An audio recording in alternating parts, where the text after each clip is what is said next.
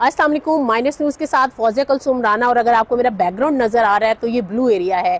यहाँ से तकरीबन 3 मिनट के फासले पर पॉलीक्लिनिक है और तकरीबन 10 मिनट की दूरी पर इस साइड पे राइट साइड पे जाएं तो पिम्स आएगा। और ये दो वो अस्पताल है जो कि 24 नवंबर का जो एहतजाज किया गया था उसके बाद जो फायरिंग हुई है, और ये मामला तो अभी तक हल नहीं हो सका है कि फायरिंग की किसने है, क्योंकि हुकूमत से बारहा पूछा गया है और वो डिनाई कर रहे हैं, हुकूमत के जितने भी तर्जुमान है, कि कोई फायरिंग नहीं हुई है। लेकिन हमने देखा कि पिम्स अस्पताल से 2 सहाफ़ियों को उठाया गया, जिनमें एक साकिब बशीर थे जो कि सीनियर कोर्ट रिपोर्टर हैं और दूसरे थे सीनियर सहाफ़ी एंकर पर्सन मतियुल्लाह जान। साकिब बशीर को तो 5 मिनट के बाद ही रिहा कर दिया गया, लेकिन हमने देखा कि एक संगीन किस्म की जो FIR है वो मतियुल्लाह जान पर बनाई गई। लेकिन सहाफ़ती बरादरी ने जो पुरजोर एहतजाज किया, सिविल सोसाइटी ने, आम शहरियों ने मजम्मत की इस FIR की, और हमने देखा कि बैनुल अक़वामी बरादरी से भी रिएक्शन आया और शायद इसीलिए फौरी कोशिश करके मतियुल्लाह जान की रिहाई जो है वो मुमकिन हुई। लेकिन हमारी मुलाकात होगी मतियुल्लाह जान से, और हमने सोचा कि क्यों ना माइनस न्यूज़ के जो फॉलोअर्स हैं आपकी मुलाकात भी करवा दें मतियुल्लाह जान से, और उनसे कुछ 2-3 छोटे-छोटे सवाल पूछ लेते हैं, उनसे जान लेते हैं कि पाकिस्तान में हमेशा से इससे ये कोशिश रही है कि कभी कुछ शख्सियात को माइनस कर दिया जाए, और मामला अब सहाफ़ियों तक अगर पहुंच गया है कि आपको सहाफ़त भी नहीं करने देंगे, सहाफ़त भी माइनस करवानी है। तो आइए आपको लेकर चलते हैं जो हमारी गुफ्तगू हुई है सीनियर सहाफ़ी मतियुल्लाह जान से। हम हमेशा बात करते हैं कि हर चीज़ माइनस करने की कोशिश की जाती है, कभी सियासतदानों को, कभी सहाफ़ियों को, और इस माइनस का शिकार बहुत दफ़ा सीनियर सहाफ़ी तज्ज़ियाकार मतियुल्लाह जान भी रहे हैं। आज कह लीजिए लकीली वो हमारे साथ हैं, उनसे जान लेते हैं क्या ये माइनस करने वाला फार्मूला पाकिस्तान के लिए चलेगा कि नहीं चलेगा। मती साहब, कभी सियासतदानों को माइनस करते हैं, कभी सियासी जमातों को करते हैं, और अब सहाफ़ियों को करना चाहते हैं, आप इस पे क्या कहेंगे? देखें, ये माइनस करना जो है ना, ये किसी के बस की बात नहीं है। और मेरे ख्याल में ये जो लोग माइनस करने की कोशिश करते हैं ये खुद ज़ीरो होते हैं। तो जो ज़ीरो है वो किसी को क्या माइनस या प्लस करेगा। तो मुझे नहीं लगता कि कोई पॉलिटिशियन उसको माइनस किया जा सकता है।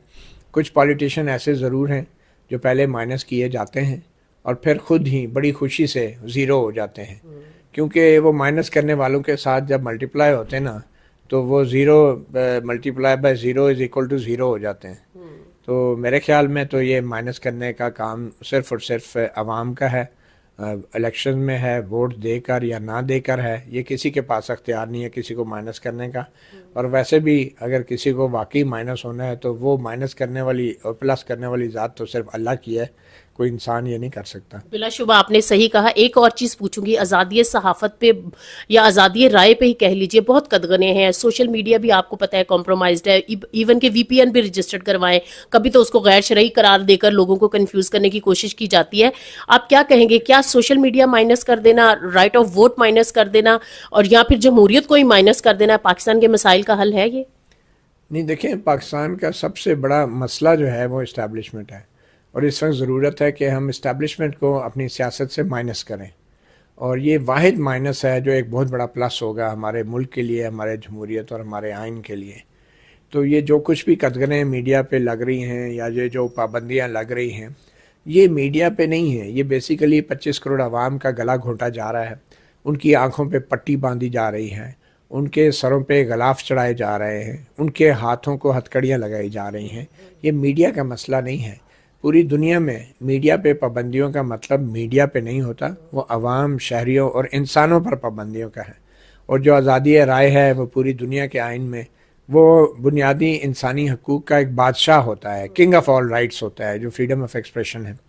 तो अगर उसको ही आप दबा देंगे तो इसका मतलब है बाकी तमाम हकूक़ से भी आप लोगों को महरूम कर रहे हैं। अब देखें, सबसे बड़ा हक़ तो है ज़िंदा रहने का हक़ है, और अब ज़िंदा रहने का हक़ उन लोगों का छीन लिया गया, बहुत से लोगों का, जिनकी अभी तक तादाद भी हुकूमत बताने से कासिर है, कि जो यहाँ डी चौक में एहतजाज करने आए थे। तो उसी हक़ को मज़ीद दबाने के लिए फिर जानने का हक़ भी छीना जा रहा है, और जो लोग इस बारे में आवाम को कुछ बताना चाहते हैं उनकी आज़ादियों को भी छीना जा रहा है। उनके ख़िलाफ़ झूठे और बेबुनियाद मुकदमात बनाए जा रहे हैं।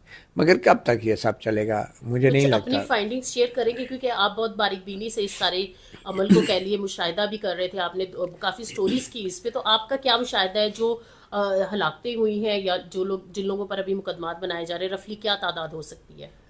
देखिए जो मेरी फाइंडिंग्स हैं वो कुछ ज़्यादा मुख्तलिफ नहीं हैं। जो बैन अल-अक़वामी फाइंडिंग्स हैं वो बहुत कुछ चीज़ें आ गई हैं, मगर मैं एज अ जर्नलिस्ट मैंने अपने अदाद शुमार अभी इंशाल्लाह अपने व्लॉग में शेयर करने हैं, और वही जो हमारे पास बुनियादी डाटा था उसी के हवाले से मैं अपने जो इन्फॉर्मेशन है वो शेयर करूँगा।